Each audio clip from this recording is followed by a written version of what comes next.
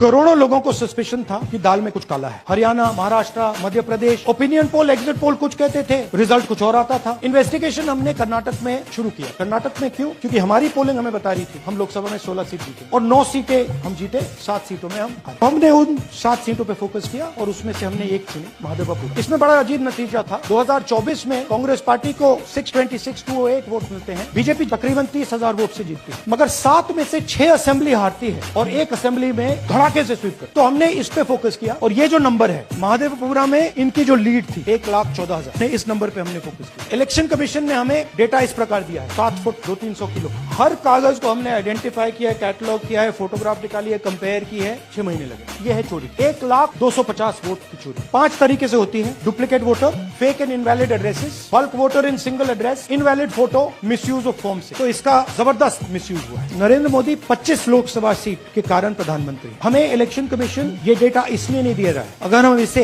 बाकी लोकसभाओं में करा देंगे तो देश की लोकतंत्र की सच्चाई बाहर आ जाएगी। ये क्रिमिनल एविडेंस और इलेक्शन कमीशन देश में पूरे एविडेंस को डिस्ट्रॉय करने की सोच रहा है। मैंने जैसे कहा 21वीं सदी है, एक हार्ड ड्राइव पे आप पूरा डेटा रख सकते हो, 100 साल 200 साल का डेटा रख सकते, जितना रखना है रखते। मगर इलेक्शन कमीशन 45 दिन में सीसीटीवी को खत्म करना चाह रहा है, वोटर लिस्ट नहीं दे रहा। तो they are colluding with the BJP, they are helping the BJP destroy the election system in India.